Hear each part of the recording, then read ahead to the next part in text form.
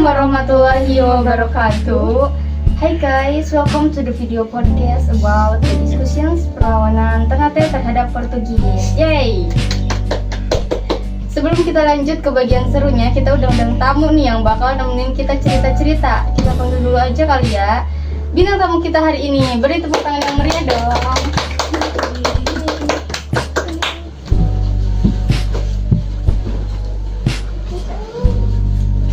Oke, di sini udah ada bintang tamu kita. Sebelum itu, kita masing-masing kenalan dulu aja kali ya.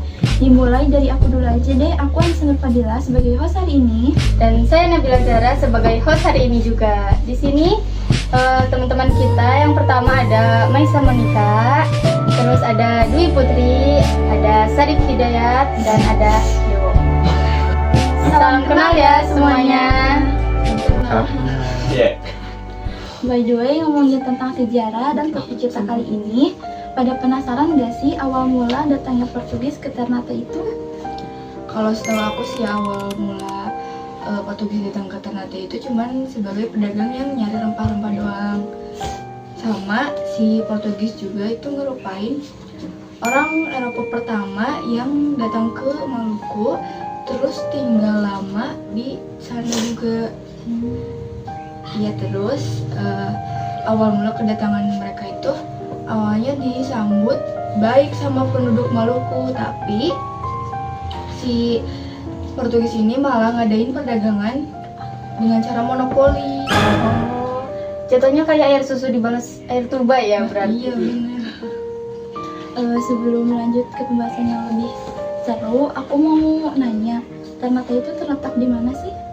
Ternate itu salah satu kota di Maluku Utara. Di sana kan terdapat kerajaan Islam yang tertua di Nusantara. Kerajaan itu namanya Kerajaan Ternate. Nah iya benar, Kerajaan Ternate didirikan pada abad 13 dan kerajaan itu menjadi salah satu kekuatan maritim di wilayah Maluku. Iya benar banget. Jadi di masa itu Ternate dan kerajaan-kerajaan lainnya di sekitarnya mempunyai peranan penting di perdagangan rempah-rempah, khususnya cengkeh. Iya. Itu yang menyebabkan wilayah tersebut berharga buat pedagang di belahan dunia pada masa itu, termasuk Portugis, Spanyol, dan Belanda. Emang ya negara kita itu banyak rempah-rempahnya.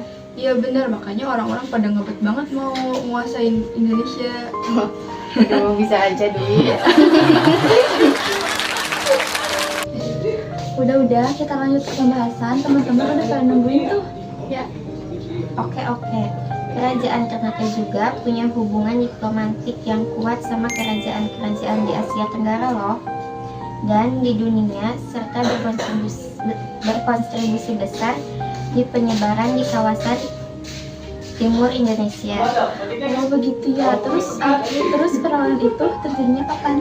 Jadi Portugis itu kan datang di awal abad ke-16 yang dipimpin sama si Alfonso de Albuquerque. Mereka itu ngejalin hubungan baik sama Ternate. Terus mereka ngediriin benteng pas tahun 1522. Nah iya mereka tuh menjalin hubungan dengan baik karena Portugis ngebantuin Ternate menghadapi musuh-musuh mereka, terutama kerajaan Tibet. Portugis itu kasih syarat saat mau membantuin Ternate.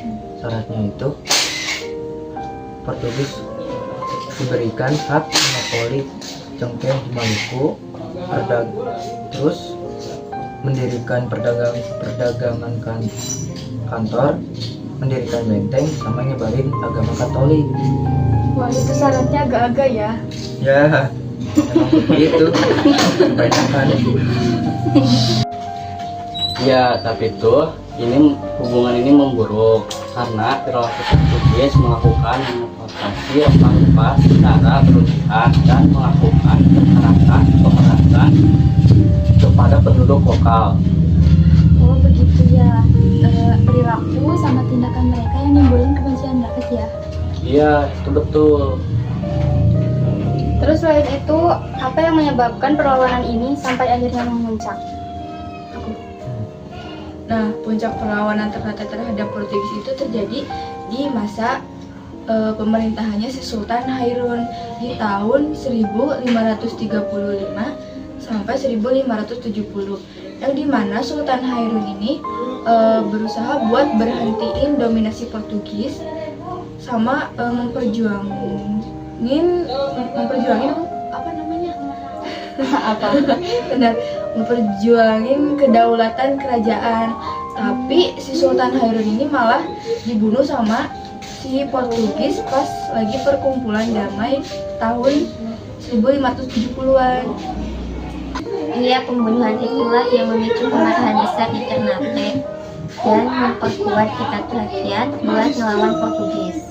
Terus perlawanan yang lebih besar ini dipimpin sama putranya si Sultan Hairun sendiri, yaitu si Sultan Ba'abullah pas tahun 1570 sampai 1583. Dan Sultan Ba'abullah inilah yang menjadi tokoh utama yang mengusir Portugis dari Maluku. Terus akhir dari perlawanan itu gimana? Ya, di bawah pemimpinan Sultan Ba'abullah, Ternate berhasil mengorganisir perlawanan besar-besaran dan mengepung benteng Portugis. Jadi di tahun 1575, setelah pertempuran sengit, Portugis dipaksa buat ninggalin benteng mereka sendiri dan mengakhiri kekuasaan mereka di Ternate. Dan